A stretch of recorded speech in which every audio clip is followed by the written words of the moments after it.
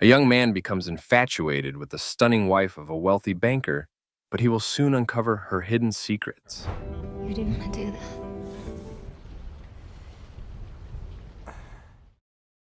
Doug and his family arrive at their vacation home for the summer. They plan to stay in the small town for the entire season. Doug reconnects with his childhood friend. Carson is excited to see Doug and suggests they should meet girls this summer. He believes they are the best catch in town and that finding girls will be easy. However, the first girl turns Carson down. Doug goes home and notices new neighbors moving in. A lovely girl and a wealthy man are buying a large, expensive house. Doug is captivated by the girl.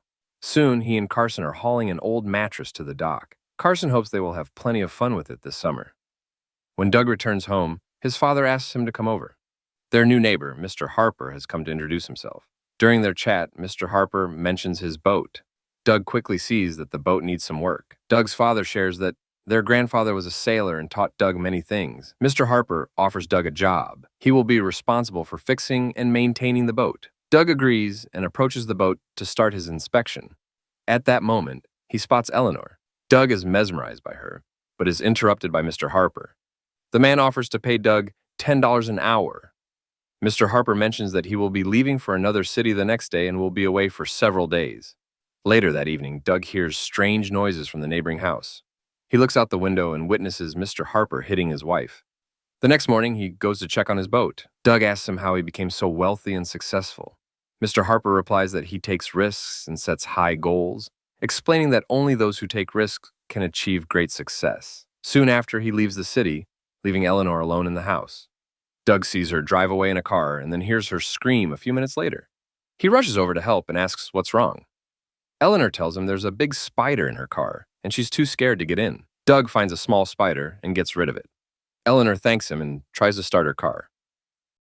That evening, Doug returns home and runs into Eleanor, who has lost her house key and is unsure what to do. Doug decides to assist her. He looks around the house and spots a window he can use to get inside. It starts to rain, and Doug needs to act fast to open the window. Eleanor's clothes get soaked, making it hard for her to focus. Doug picks up a rock and breaks the window. He climbs in but scratches himself on the glass.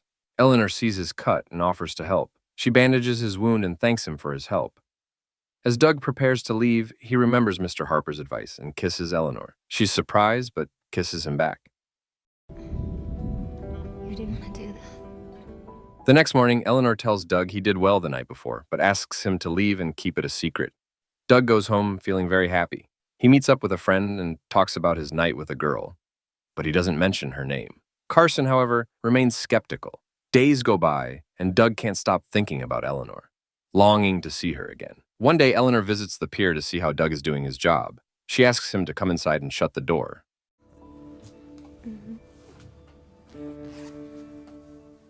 The next day, Mr. Harper comes home, but Eleanor continues her affair. She wants to be intimate on the store's porch, but Mr. Harper steps out for a smoke. Eleanor quickly gets dressed and stops her husband. Mr. Harper checks his boat and is happy with Doug's work. Soon, he leaves town again, and Doug visits Eleanor. He notices a tattoo on her leg, and she explains she got it when she was in love. Eleanor gives Doug a phone to keep in touch without her husband knowing. They go downstairs and share a kiss, but Doug pulls back when he sees the gardener outside. Mr. Harper comes back the next day. He waits for Doug at the boat for a swim.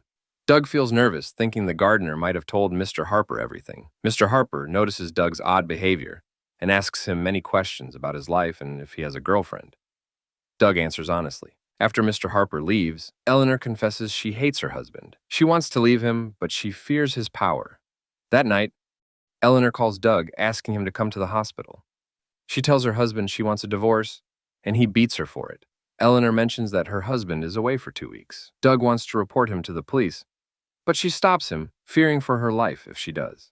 Days go by, and Doug's parents start renovations. During this time, Eleanor sends him a photo and asks him to come over. Doug takes her to a secret spot and suggests they try out the mattress. Eleanor mentions they will have to leave soon, and Doug realizes what that means. He goes to work and meets his best friend. Carson found women's underwear in their secret place and apologizes for not believing his friend that he had a girlfriend. In the evening, Doug arrives home. Eleanor has secretly entered his room and tells him she needs help. Her husband came back and hurt her again. Eleanor asks Doug to promise he will stand by her side no matter what. When Doug goes inside, he discovers Mr. Harper's lifeless body. He tries to assist him, but the man is already dead.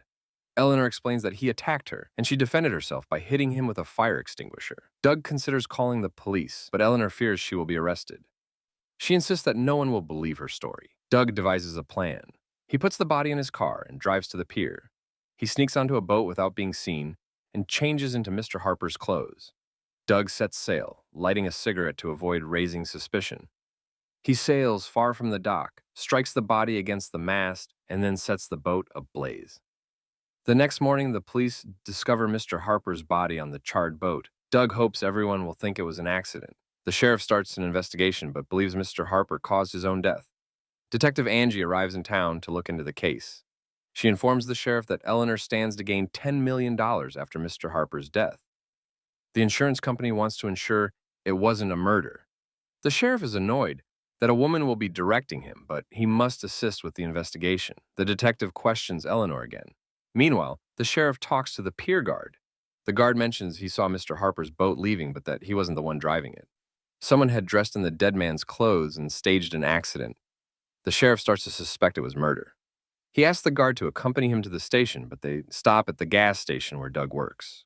Doug approaches the guard and asks about the investigation's progress. The sheriff sees that Doug is behaving oddly. He and the detective go to Mr. Harper's house for another look.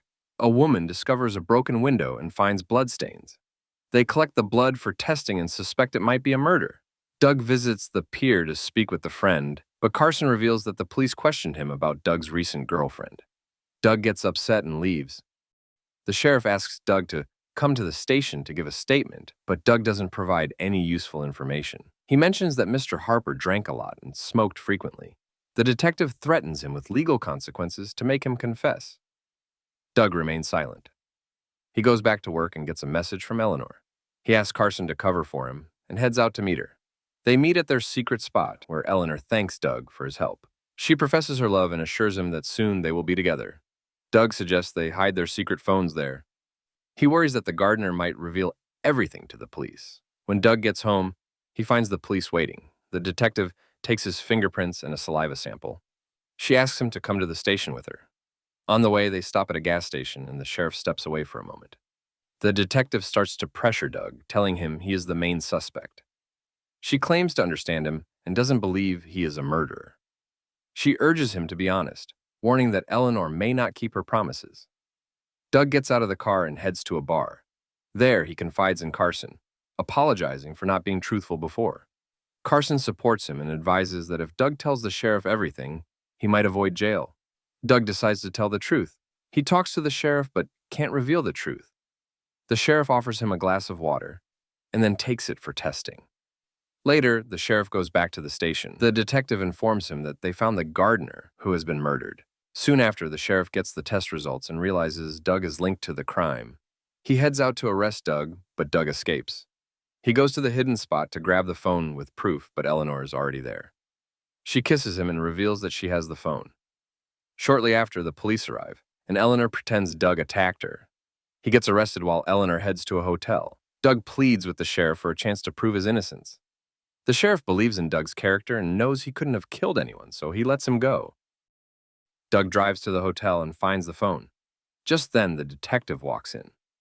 Doug shows her the phone and insists that Eleanor is the real murderer. The detective arrests Eleanor, but she won't let Doug go. She handcuffs him and calls for backup. As they leave the room, Doug notices a tattoo on the detective's leg. She covered every base. Have you ever been with a girl before? Eleanor and the detective get into a car, and Doug realizes he was framed.